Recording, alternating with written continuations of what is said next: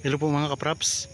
Dito tayo ngayon sa isang property na for sale sa bayan po ng Kalawan, Laguna. Ito po ay matatagpuan natin sa Barangay Limaw. Itong kinaroroonan ko ngayon mga kapraps na property. So yan lang po ang Barangay Road mga kapraps. Bali, ayan, patuloy pong ongoing po ang pagsemento niyan ng kalsada niyan. Tapos yung nakikita yung tubo na yan, yan po yung tubo ng hydropower plant dito sa Kalawan. Tapos doon mga kaprops, simentado na yan ang barangay road na yan. Mamaya pupuntahan natin yung barangay road, simentado na po yan. Tapos kung mapapansin nyo, so napakaganda dito kasi mayroon tayong overlooking views. Ayan o, may mountain views sa harap ng property, tapos mayroong resort tayo nakaharap. Ayan po, tanaw natin dito ang bayan ng San Pablo. San Pablo po yan mga kaprops. Ayan, i-zoom ko lang ha. Ayan, bayan po yan ng San Pablo. Ang sukat ng property na ito ay 1.9 hectares titled. Sa ngayon po ay meron ditong nagre-rent. Nirerentahan ito bilang isang nag-aalaga ng manok yung nagre-renta dito mga kaprops. Itong mga manok panabong. So malawak to mga kaprops kasi ang sukat nito ay 1.9 hectares. Tapos dito sa likurang bahagi ng property mayroong mga mountain views din tayong matatanaw. Tara, punta tayo doon sa bandang likuran.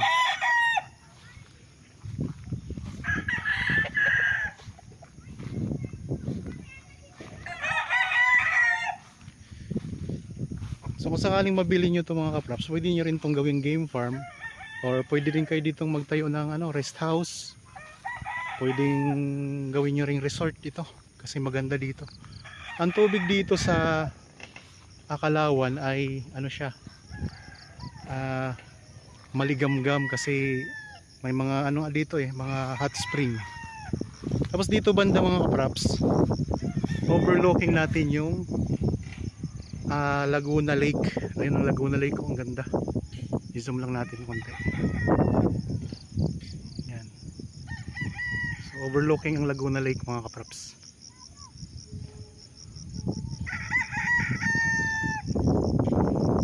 So dito wala namang mga manok kaya pwede tayong umikot dito.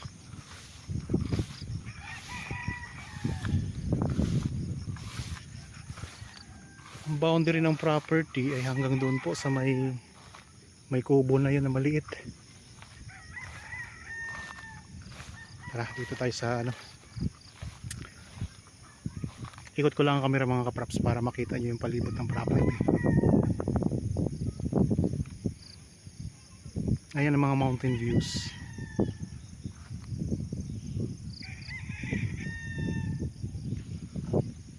Medyo madilim na po kasi hapon na tayo nagpunta dito. Pero kung makikita nyo mga kaprops, yan ang ganda ng view dito. Tanaw natin dito ang Mount Banahaw.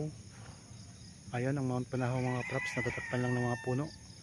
Mamaya pupunta tayo doon sa walang takip na puno para tanaw natin.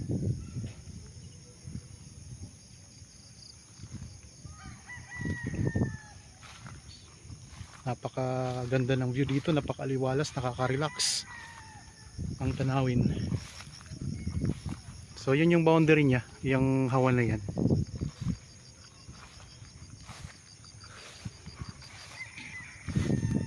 Kung halimbawa gusto niyang makita, kasi pag nakita nyo to talaga ng personal mga kaprops, napakaganda talaga dito. Ganda ng mga view dito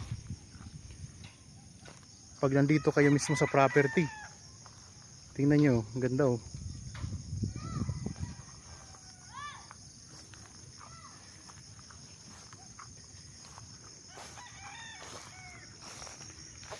Nakakaano dito, nakakawala ng stress, nakakatanggal ng stress mga props. Dito muna tayo sa may boundary. Yan, itong mga hawa na to pinaka boundary mga kaprops. wala siyang masyadong tanim na mga puno. So ang mga nandito lang na nakatanim, merong guyabano at saka merong yung avocado. Kasi ginawa nga tong alagaan ng manok na nagre-rent dito mga kapraps.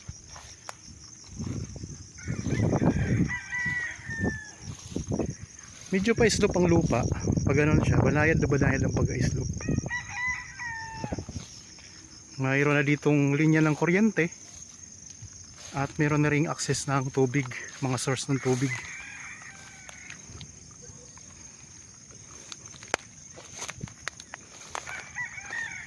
Tingnan mo yung mga kapraps sa spot na ito. Ganda oh. Ayun yung Mount Banahaw mga kapraps. Tanaw natin dito. Ayun lang ang kalsada. Yung barangay road.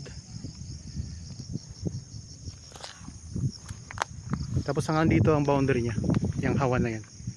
Malinis na yan. Ang ganda no. Overlooking views. Tanaw ang Laguna de Bay at Mount Banahaw.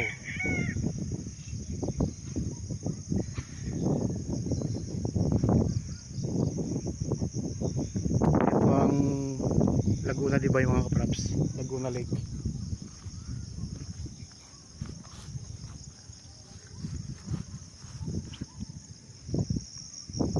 Dito tayo banda sa post na ito. Yan ang Laguna Lake mga kapraps.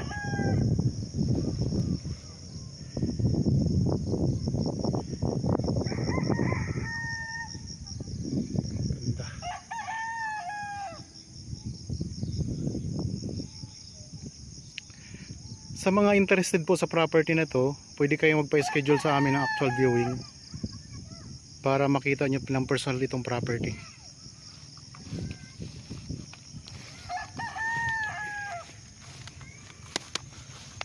Sayang konti.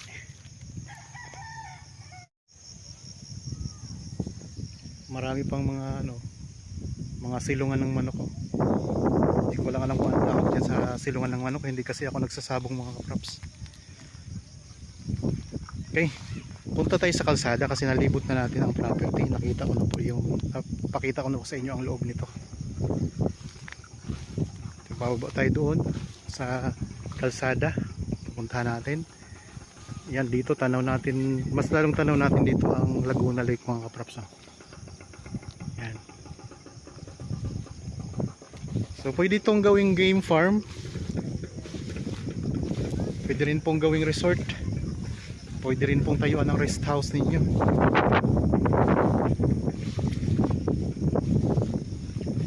Hindi po ito kasamang mga manok mga kapraps na nandito sa property.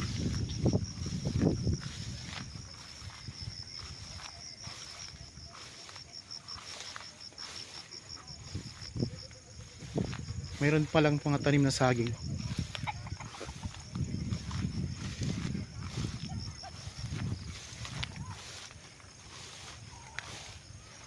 Kasi pakita ko na rin yung likodan uli. Ayan ang likodan mga kapraps. Ayan ang view natin sa likod ng property. Okay. Punta tayo dun sa baba na. So itong bahay na to, kasama pa po yan mga kapraps yung bahay na yan. Tapos yung lupa ay may mga tanim na rin yan na Carabao grass. Ayan mga Carabao grass na rin yan mga kapraps.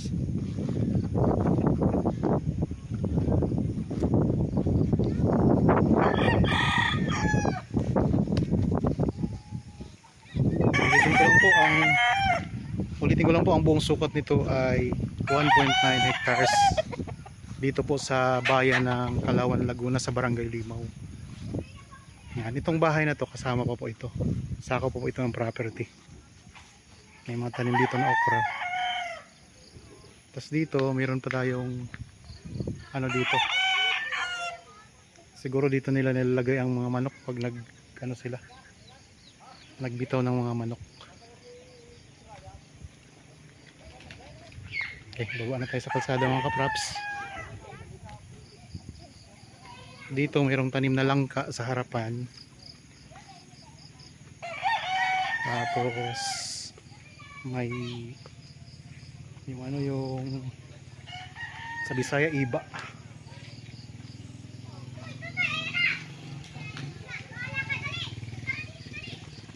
Okay. Yan, ito na yung Barangay Road mga kapraps. So, sa ngayon po ay ongoing ang pagsemento dito. Tapos yun, simentado na po yun doon mga kapraps.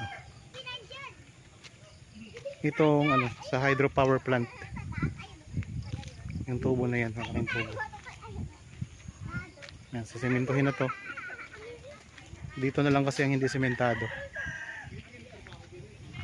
Yan, may resort po tayo nakatapat ng property. Yan, ito dediretsoy na po yan. Sementado na kasi doon banda mga kapraps. Sa may poste. Sige, tingnan. Bali ito yung property mga kapraps ha. Ayan. Ang frontage niya ito.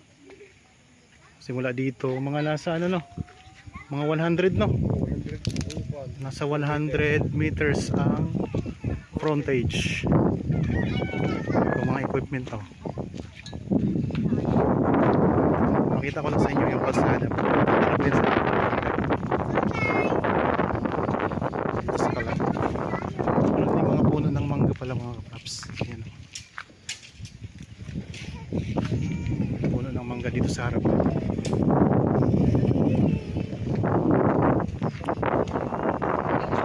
Ng kuryente. 100 meters ang frontage. So mahaba siya mga kapraps. Hanggang dito sa poste na to.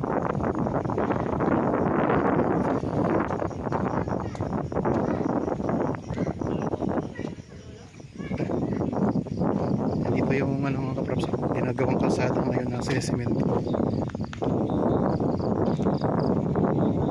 Tapos ayan lang po ang naputol na semento.